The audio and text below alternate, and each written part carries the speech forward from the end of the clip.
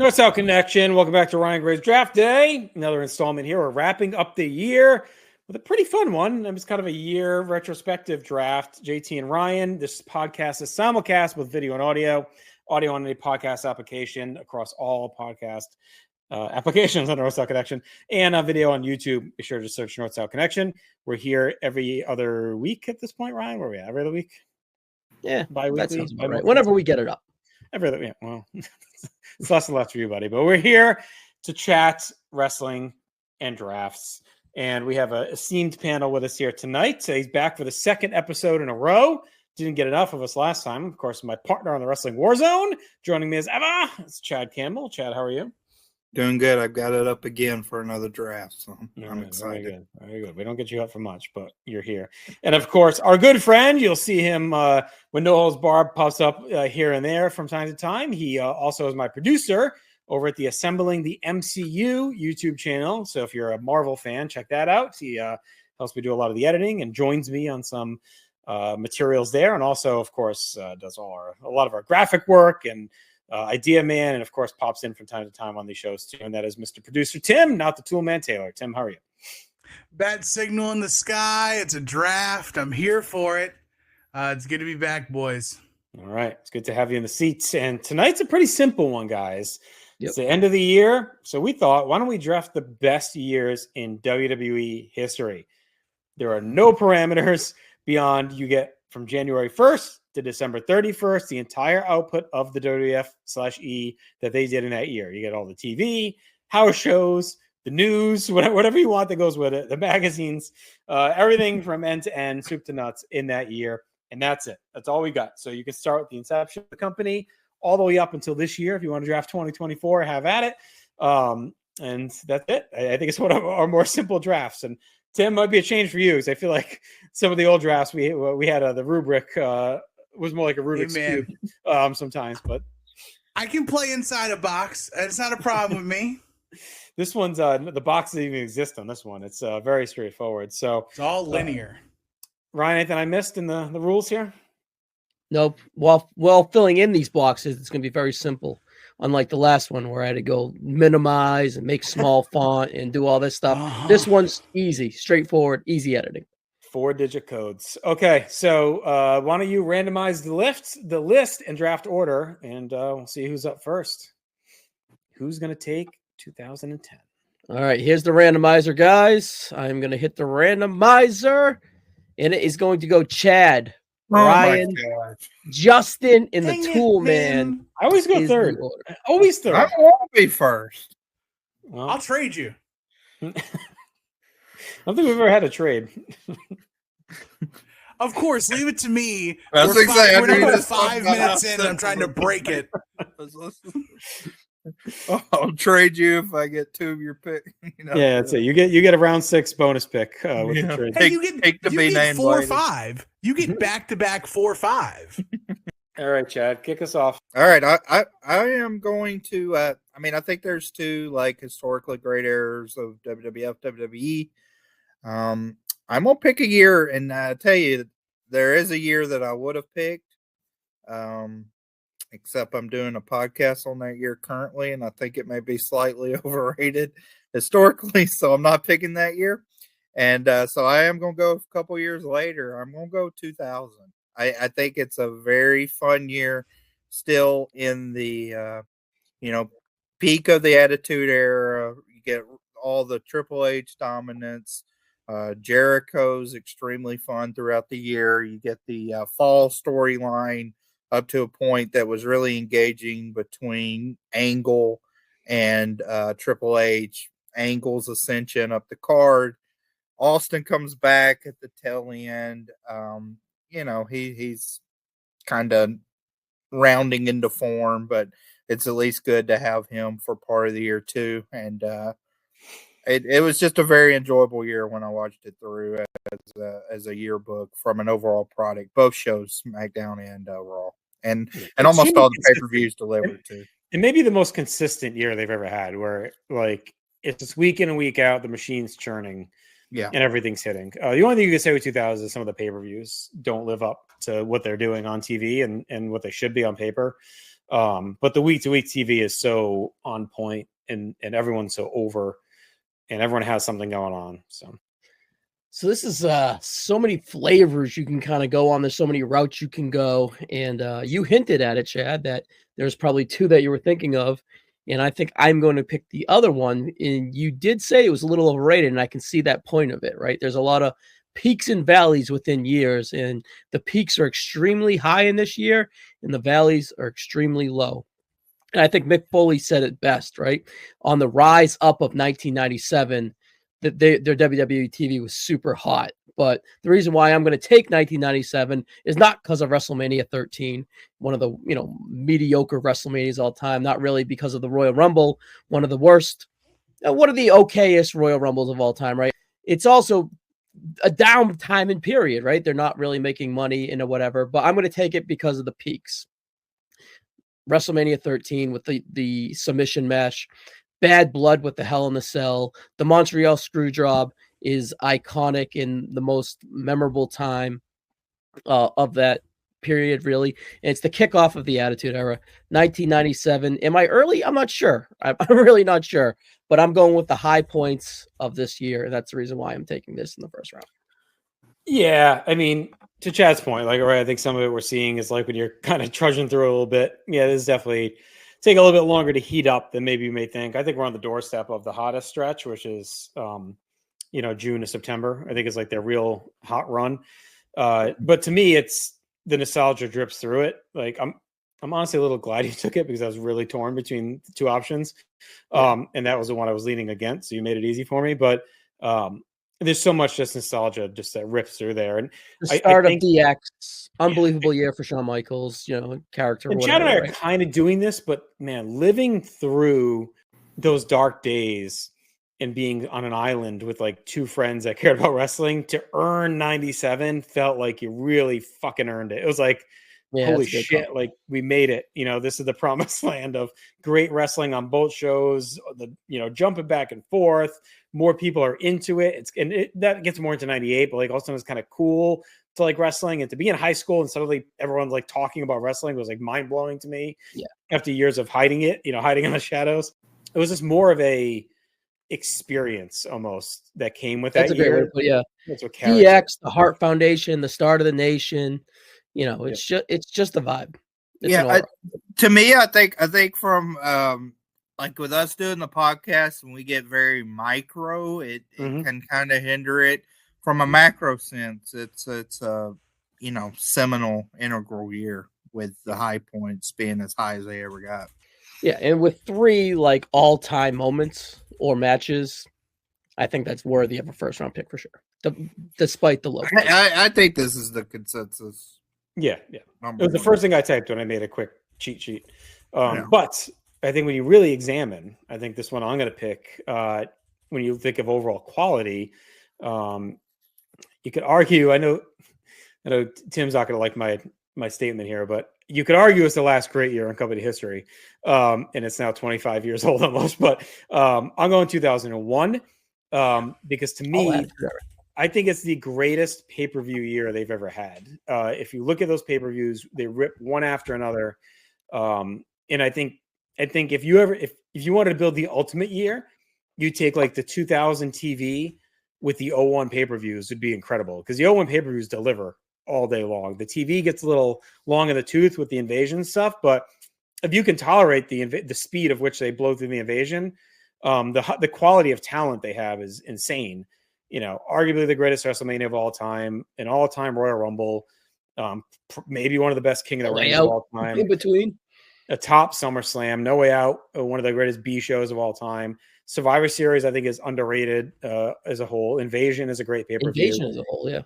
You get all the Austin Angle stuff, which is one of my favorite, if not my favorite feud of all time, with two of my favorite characters of all time. Vince and Austin and their relationship is great. Two-man power trip for as quick as it is really hits. This has everything you could want. And then you even get that little coda at the end with, Flair's return, which is a really super fun moment when they do the Dallas reset in November after Survivor Series. So, and right now it's even a show like No Mercy that has some great stuff on it, right? You get Rock and Jericho, their series. You get the Angle, RVD, Austin, and RVD's rise, his matches with Hardy. Like, to me, it's just an incredible year, and it just everything hits, everything crests into this awesome run, the peak of their hot streak. And again, this has been good year since, but I think this is their best. I don't think they've topped 01 since. I was hoping that, very hopeful that 01 was going to drop. Sadly, it didn't. So I have to. I was torn with that 97. If Ryan didn't take either, like, I had a real Sophie's choice going on, but I was going to take 01 either way. I think when it came down to it. Gotcha. I think the pay-per-views just carry. Like, I just think they're. Yeah, so I good. think 01's the better. It's pick. tough. Yeah, and you didn't even talk about the invasion at all. Yeah, I mean, yeah, it's like there's some compelling stuff in there early on, for sure. So, and then Angle and Shane, like, there's so much crazy good stuff buried. Benoit and Austin on SmackDown, like, there's so many good things. Stone Cold Steve Austin, period. Like, all of it, yeah. And this is littered all throughout the year. You know, Hunter and Austin at No Way Out, Angle and Rock at No Way Out, Stephanie and Trish. Like, this is all this stuff all throughout. You know, right. Strong first pick, definitely worthy. I'm gonna go uncharacteristic to me first, but I'm going with my first pick, the year in which WWE completed what some call one of the greatest stories they ever told. I am going with 1989. You can't not love the strength of Hogan Savage at all. And then you follow that up with SummerSlam and the fun that's there.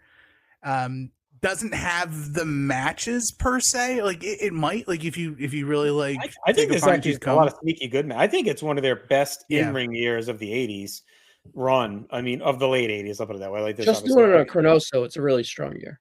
There's a lot going on, and I said it before. Like, if you watch the prime times alone from that year, you catch everything. Like, there's so much good stuff. That July Saturday Night event is awesome. With the Rockers and Demolition and Brainbusters, and with all the title matches, like, it's really, really good. So, for sure, strong pick. It is, and so I'm gonna follow that up, piggyback off of that with kind of a cheater pick. Not really, but it's trailing off of what I wanted to pick as my first pick, but a really solid 2002. You get the rise, the meteoric rise of Brock Lesnar. You get the return of Shawn Michaels. I mean, that SummerSlam alone is really fun. It's more so enjoyment for me. 2002 is, or 2002 SmackDown is definitely 6. Yeah, it's comfort TV for me. Like, I could watch that all day. WrestleMania X8 isn't anything to sneeze at either. So, and that 02 Rumble, 02 Rumble's really fun too. It's a great Rumble. I think it's a poor man's 97, where it's like they're throwing shit at the wall. Every week is different. Everything's constantly changing. You can never get bored in 02. Like, stuff. I mean, unless you're watching Triple H and Undertaker, but everything else, like, is like constantly they're trying different things. Like, okay, they're gonna split the brands. Now they're gonna create new titles. Now they're gonna eliminate titles. Like it's just everything changes week to week. It's 97 and 02 really bookend attitude, because they're like both riddled with like all kinds of crazy, let's throw everything at the wall and conventions out the window. Yeah, and it really coalesces it settles after the invasion. Like, they don't have to shoehorn stuff in, and you really get to trickle in where those invasion pieces scattered out. All right. There's some stuff I want to take on my list there, like older stuff, etc. But at this point, I can't leave 98 sitting there. Just for Austin McMahon alone, like early Mr. McMahon, Austin, I do love those matches. Austin and Taker, the Highway to Hell feud, the Deadly Games, Rock's Rise, Red Hot Raw. Again, Nitro's still hot too. So like, it's still the midst of the war. So I think it's Hell in a Cell. I just think it's like too big of a year to just leave sitting there. I know it's probably not going to get back to me, but so I'm just going to grab it now. It's probably their most popular year in the Attitude Era, mixed with quality. Yeah, when you look at numbers, I think 99 is their like technically biggest year for ratings. I think 98 is like the zeitgeist peak. Like everyone's talking about Austin McMahon, and it's both like NWO and Austin McMahon and Goldberg. Like they're all red hot. But Austin in '98 was like another level. I mean, besides Hogan, right, and whatever the mid '80s, like that's the highest they ever got with a guy that was just like monster, insanely over on every single fucking show. 2000 might have been the peak of their mainstream acceptance, I would say, because they're kind of all over the place, MTV and different shit. But like 98 is just And the Attitude Era is pretty much gone. Right? There's one more in there, but it's a tough one to go with. Who wants it? All right, I know what I want, and I want 1992. I got the Flair Rumble, I got WrestleMania 8, I got London SummerSlam, I got a pretty decent Survivor Series, which is the end of the golden era, pretty much, in the start of the new gen era. So it's a transitional year. I get a whole year of Flair on the WWF. I get the end of Hulkamania. I get a half year of Sid, and I got the rise of Shawn Michaels as a babyface. I mean, as a heel, as a single heel star. I have a lot of. I got Piper. I got leftover luminaries, and I got rising stars.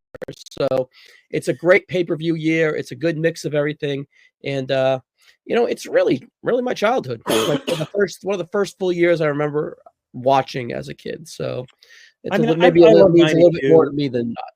I love 92, but I think what hurts it in a gimmick like this is the dead space. And the TV is a little rough in that dead space. Like the pay-per-views are really good. Well, the TV's dead. They're waiting for Raw. Characters are good, but that stretch from Mania to SummerSlam in '92 you can see why they added another show in the next year. It's a real death march. I get Tuesday in Texas too, right? And this is not a ton. No, that's 91. There's not a ton going that's on. 91. Yeah, you're right. On that TV, because there's years without another pay-per-view, like 89, 90, 91, but 92, there's no other Saturday Night's Main Event in the summer, and those storylines go to die that summer, and they're not exciting at all. Savage's title run is like surprisingly kind of dead in the summer. Well, you get a lot of dead title changes too, as well. Saskatchewan, right, and then doesn't Flair beat Savage at a house show too?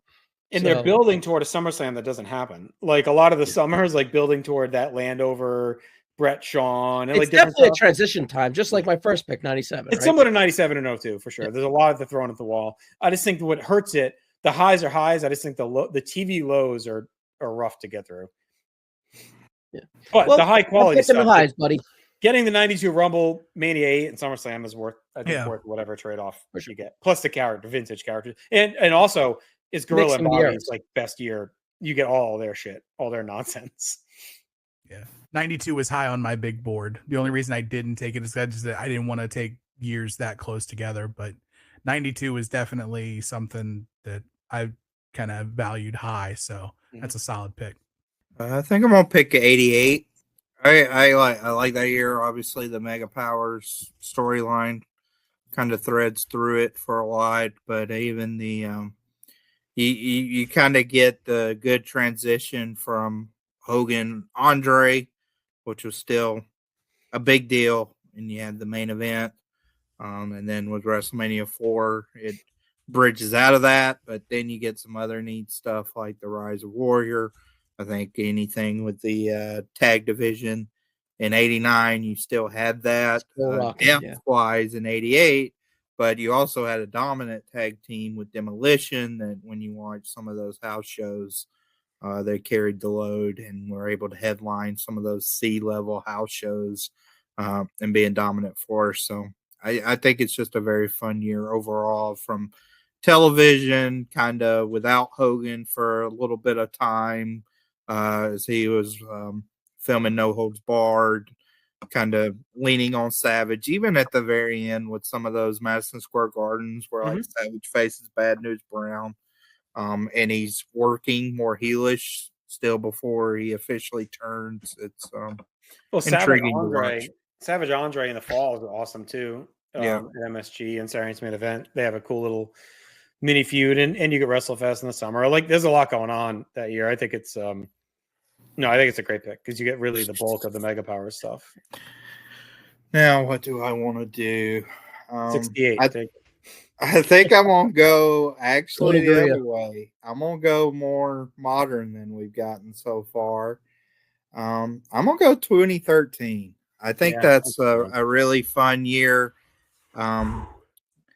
Just relationship wise, it's a year that has a lot of nostalgia for me because that's when like I started talking to Justin and Scott, so we had all that going on. We were really kind of plugged in that year, and but from a storyline perspective, with the Daniel Bryan stuff at the tail end of the year, they kind of lucked their way into one of their better storylines of the past 10, 15 years, whatever, with that stuff going on. I think some of the match quality of that year is super high too, where you have like the two great matches at SummerSlam. You have stuff like Punk versus Taker at WrestleMania. You get the Shield throughout the year, so that kind of helps as well with some of those earlier Shield matches. They were real exciting. You get Rock and Cena twice in a lifetime. Yeah, you get the twice in one lifetime. I did like the build again. Pretty fun. Yeah, I mean Punk's I think interesting throughout 2013 because you could tell he was starting to lose his smile, so to speak. But when he still wanted to go, like with the Brock match, he obviously went. So I think it's just a good year with encapsulation that if you go back and watch it too, I'm sure there's like these random Cesaro matches or something in there like on TV that it's just like, wow, if I go back and watch this, you have Cesaro or Sheamus or somebody throwing out like a 3.5, 3 3/4 matches that you kind of just took for granted. So yeah, I'll go 2013. All right. I'm confused on where to go. Cut that right there. We'll use that as the Ryan Gray story right there. I'm confused. Conflicted, confused, a little bit of both. I want to go with a 2-0, but I don't know. Take them all. All right, fuck it. I'm gonna go 2005. Right, good one. That was on my short list. So it's I feel like I'm gonna lose one that I was gonna kind of juggling, but I think 2005 is the better one. You've got kind of the tail end of the Ruthless, but not really. It's like the tail. It's the start of the Attitude Ruthless, where it's like Vince gets like super raunchy in like 2006, where it's too much. But a lot of that starts in 2005, like the J.R. Heine stuff. The back end of 05 is one of the most vicious, vile stretches in WWE history. like when they go back to USA till the end of the year, is like wretched. Like there's a lot of like mean shit in there. Because Vince panics and thinks he's going to go back to Attitude because the ratings are falling, and there's some nasty stuff in that back end. And then, Eddie dies, and they kind of get thrown for a loop. But that few months in there, but I think there's one common theme. It's funny because we keep picking these years of like chaotic change. 05 is similar to 02, is similar to 92 and 97. Like they're throwing shit against the wall. There's a lot of kind of chaos going on. It seems like we're avoiding a lot of the stable years, which I find interesting. Well, yeah, there's a lot of peaks. Like I have a great Rumble, but the Batista Rise is great. WrestleMania 21, despite the two, okay to bad title matches, has great matches and great moments. The Hulk return is pretty fun, right? With Muhammad Hassan, Shawn, Angle, all-time WrestleMania match. It's just a fun, solid year, really. So I think it's perhaps a little early, but definitely worthy of a pick. Yeah, I agree. I don't think it's too early. It was on my quick, tight list here of options. All right. I think there's a lot of, in the early Hogan days, there's a lot of good options on the board still. And I feel like each of them have like pros and cons. But I'm going to go with the year that's the biggest. So I'm just going to go with 87. Because you get Mania 3 with Hogan Andre.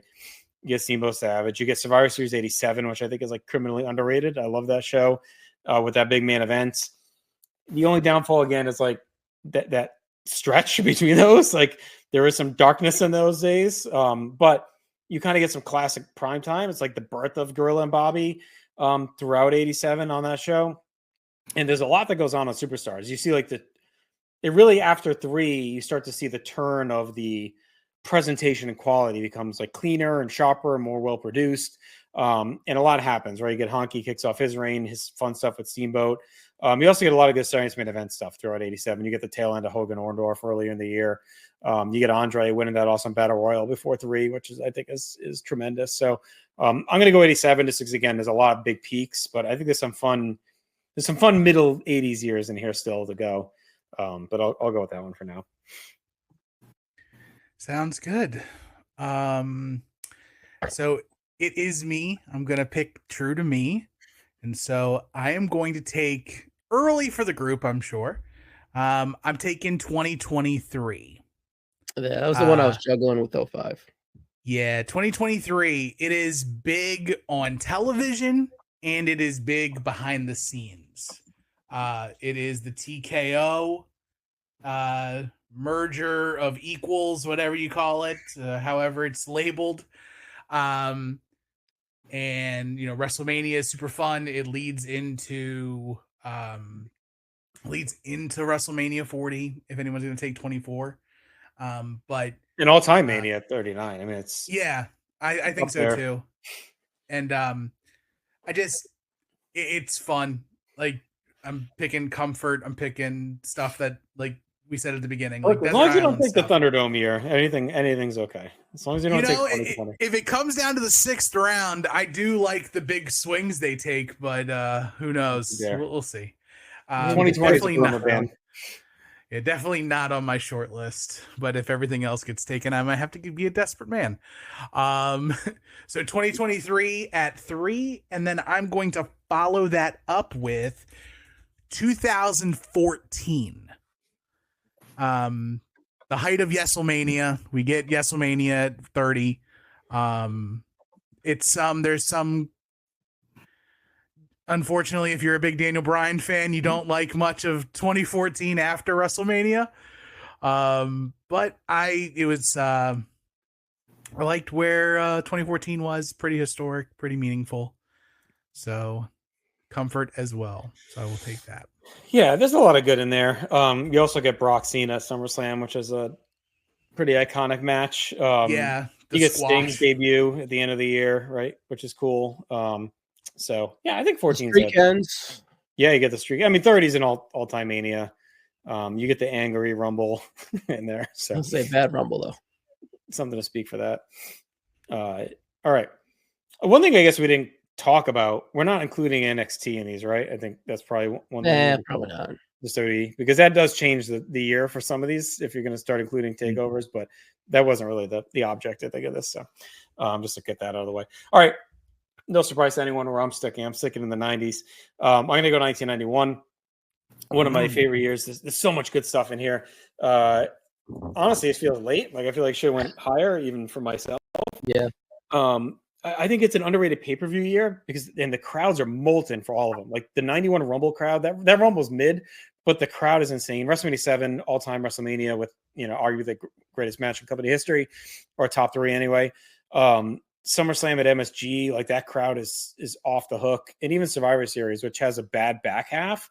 The first half of that show is great with the Flair Piper match, and then Taker beating Hogan. You get Tuesday in Texas with the Savage Shake, but also you get all the dark stuff in 91. You get Flair coming in, Punk and Piper, Thunder Lips, but you get Jake's turn, poisoning the Ultimate Warrior, and then going after Savage and Liz, which is one of my favorite feuds ever. You also get the casket, right? Jake locking, or Taker, I should say, locking Warrior in the casket, which is such a fucked up moment. You get all the Iraq War stuff, which I think, the storyline is what it is, but Hogan and Slaughter have a couple really good matches at Mania and then the boot camp at MSG. You get some of the last, Science Main Event vestiges. So I just think it's a year that's filled with some really good stuff. You get the shift in prime time. So you still get kind of the tail end of the audience into the panel. So I don't know. This is a lot of good stuff in there. And I think it's a year worthy of rewatching when you dig into it. All right. I need mid 80s. I need them. I need it in my veins. There's a couple good ones left. I don't know. I think it's 3 really good ones left in there. Yeah. I don't know if I want to. I'm just going to go. Fuck it. I'm just going to go historical. importance, transition, of course, and I'm gonna go 85. There's no fantastic matches. I'll give you the matches. I'll let you get the matches, buddy. All right. I'll give you 84. It's all right. I was balanced between 84, 86, and 85. So I figured I would go sweet. All three are great. Go sweet spot in the middle. I have the start of Saturday Night's Main Event. I have the start of WrestleMania in pay-per-view. The boom, MTV is at its peak.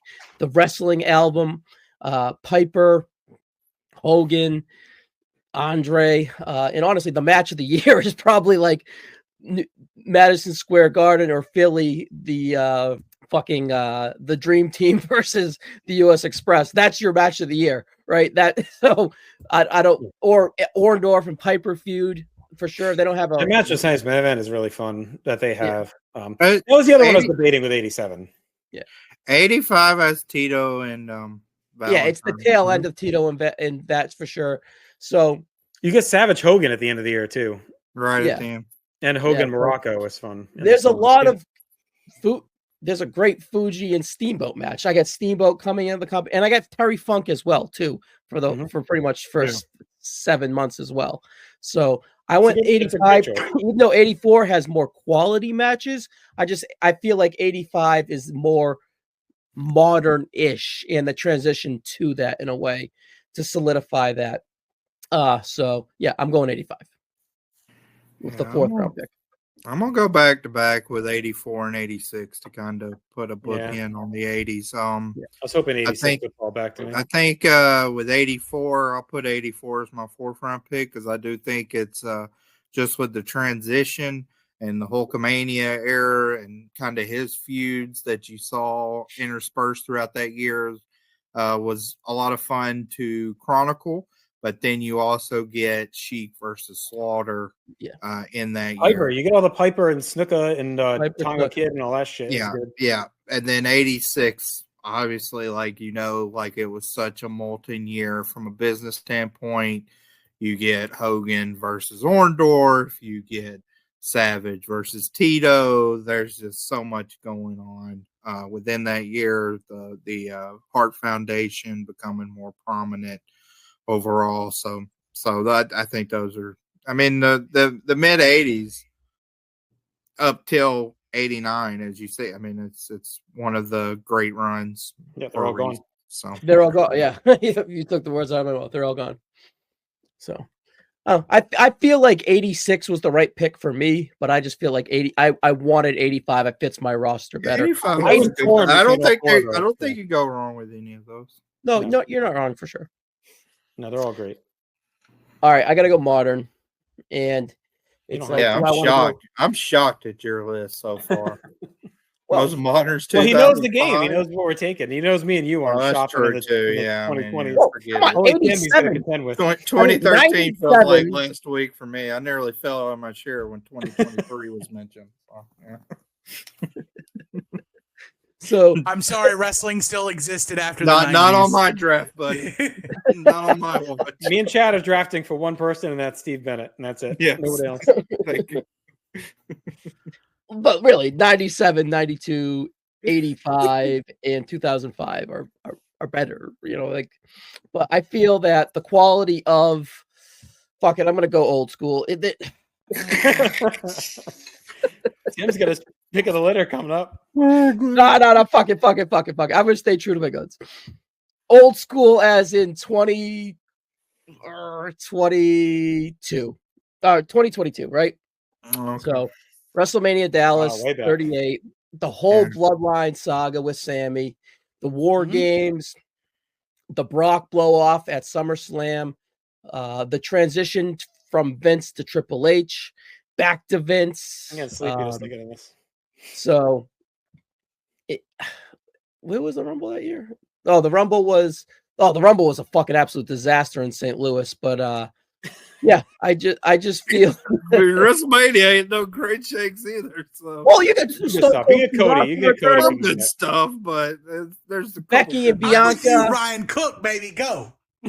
2022 is a sneaky, pretty decent year. I think it will age well with history, and it's the meat of the Bloodline, which is a top story. in company history. So 2022. You can't say the Bloodline's the top story in company history when it's 4 years at this point. I mean, how much longer are we going with this?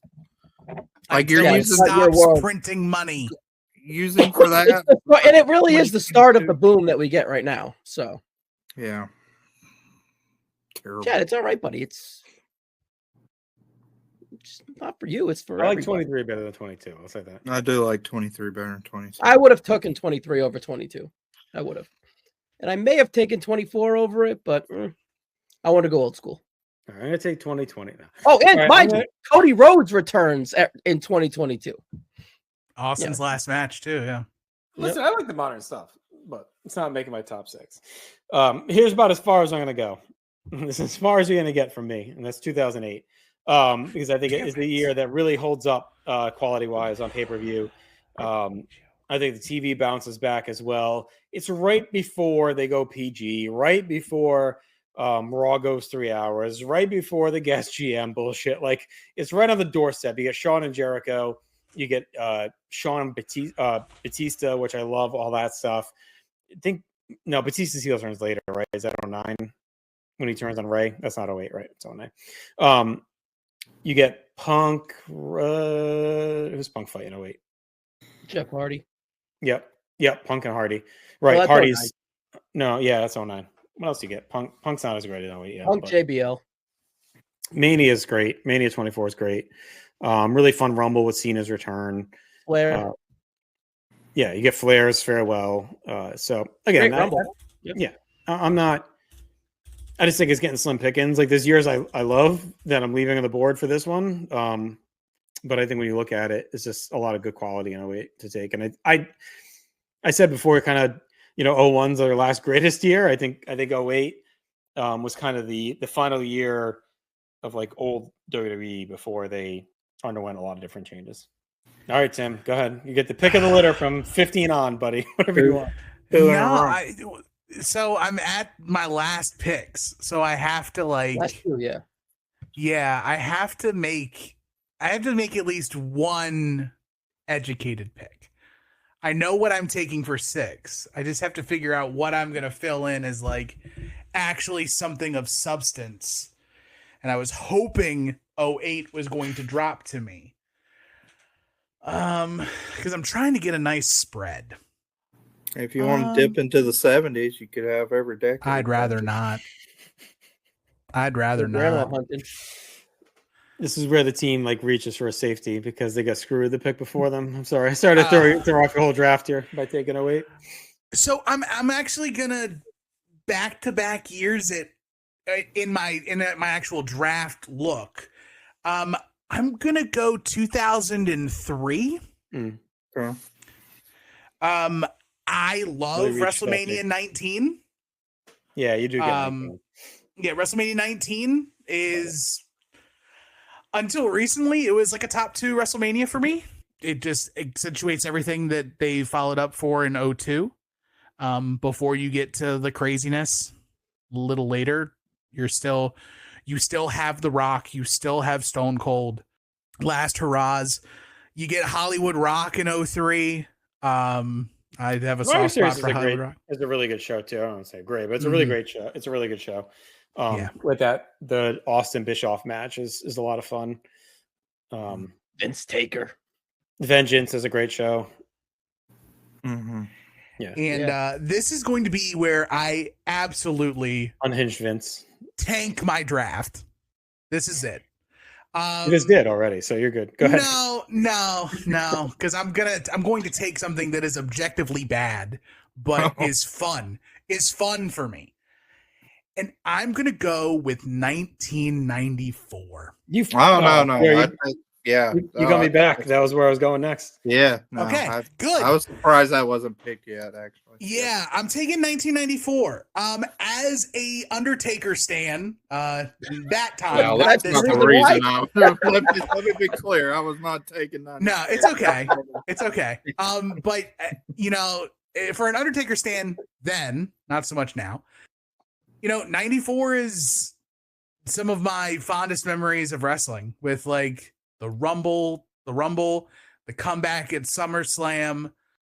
and there's so much fun stuff too with WrestleMania and Brett, and then the SummerSlam with him and Owen, and just Owen and Owen's 94 in general, really fun.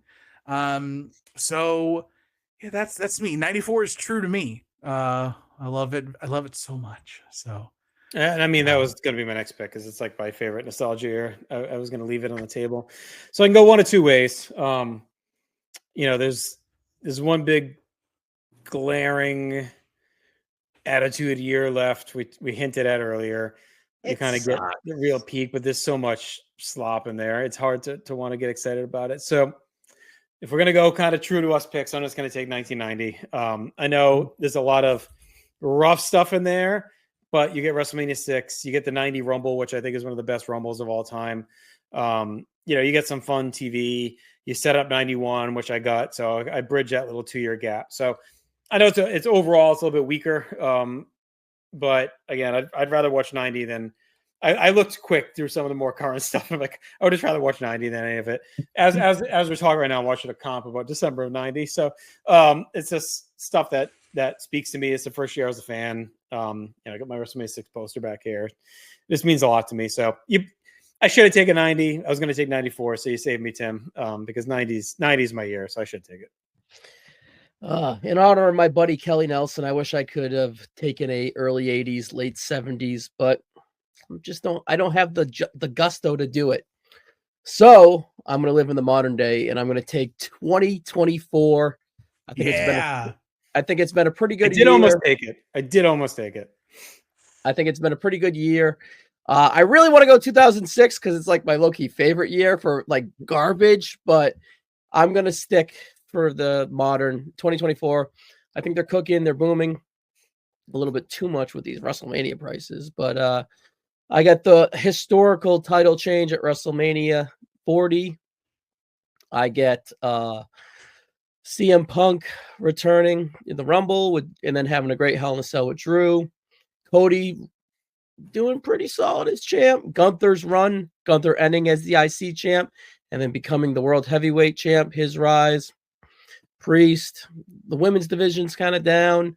But yeah, I get a lot of really solid out here. He's talked himself out of it.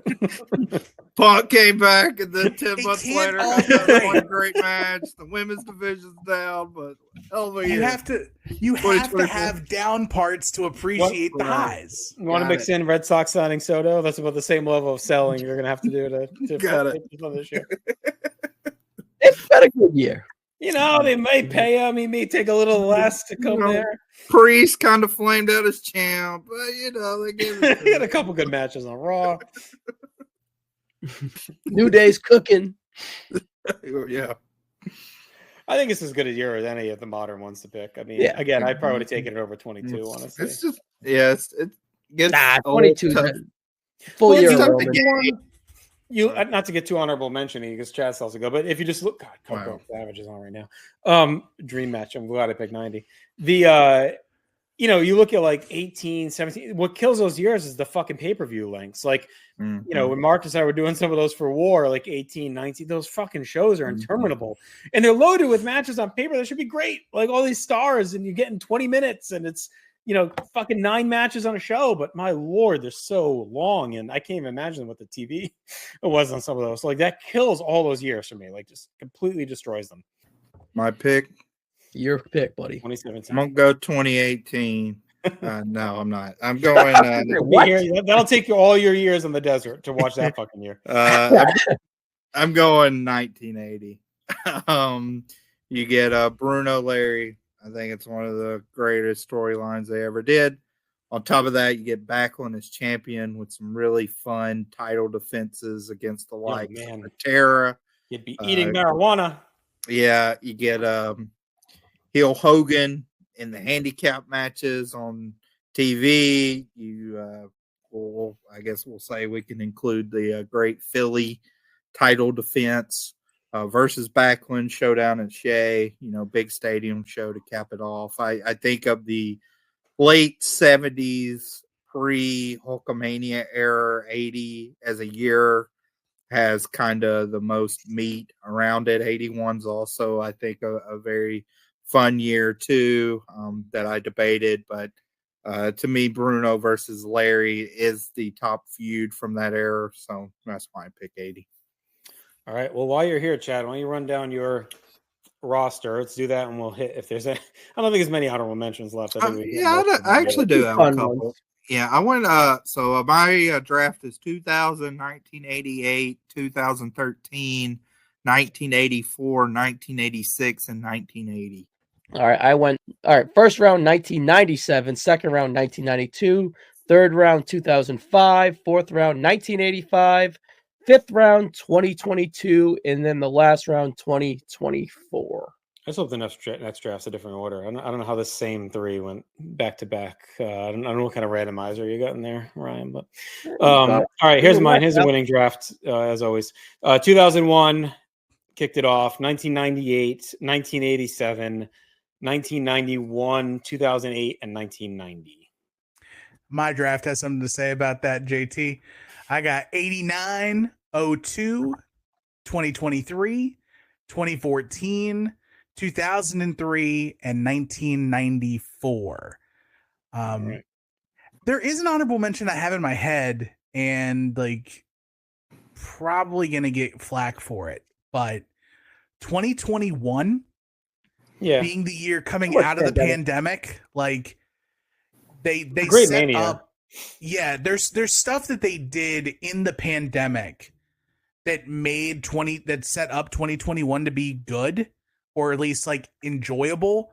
It was fresh for the live fans. But you just gonna do a 6 months of the Thunderdome. If you can live with that, it's not like if you're into it enough. Thunderdome for half the year, though.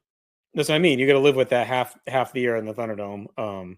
But it's better than 20 because Mania is great and the back end's strong, and that's really kind of the real rise of Roman and all that stuff. So I don't think that's an awful one.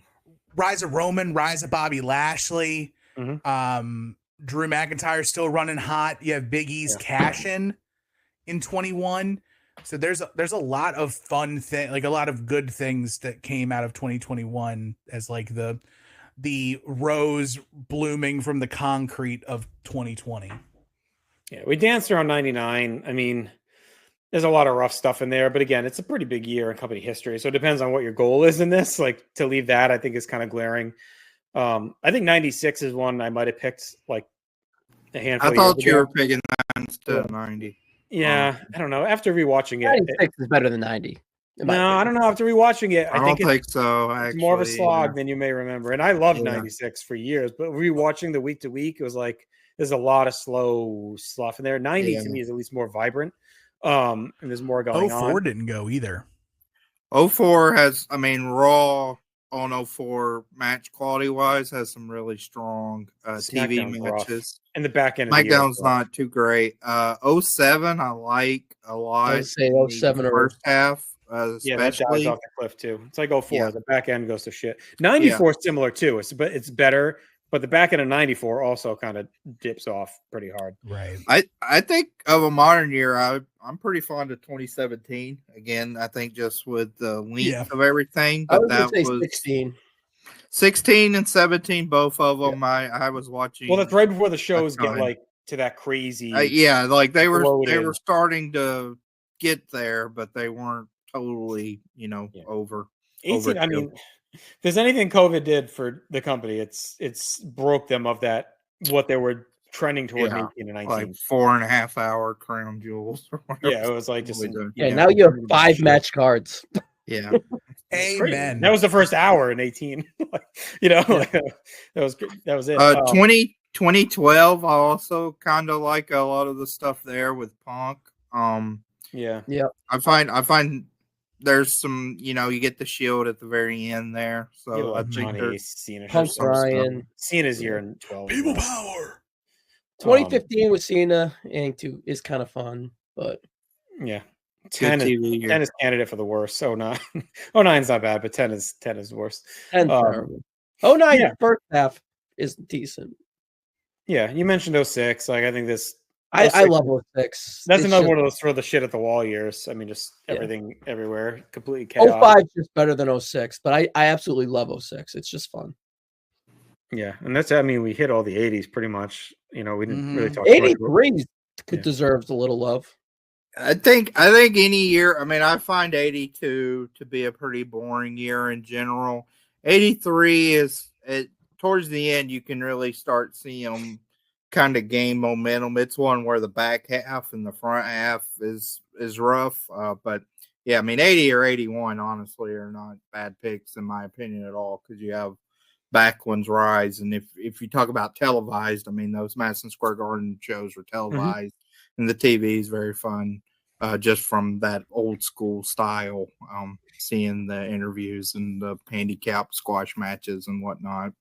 A lot of Baron Mikhail Cicluna that you can dig into there. If you had to pick 93 or 95, which one are you picking? Oh, I go 93 pretty easily. Yeah, me too. Actually, too. Yeah. Yeah, me too. I don't think 93. Well, let me phrase this. I never want to watch those first Manhattan Center Raws again, but I mean, there's good stuff on those, like Yeah. in there, and the crowds again, like are red hot on those pay-per-views. Like the Rumble 93 crowd is super engaged. 9 is like a cool, you know, I think aesthetic around a 9 aesthetically, and it's a quick watch. It's kind of cool to watch. SummerSlam's fine. Sorry, sir, is fine. King of the Ring is like a really good show.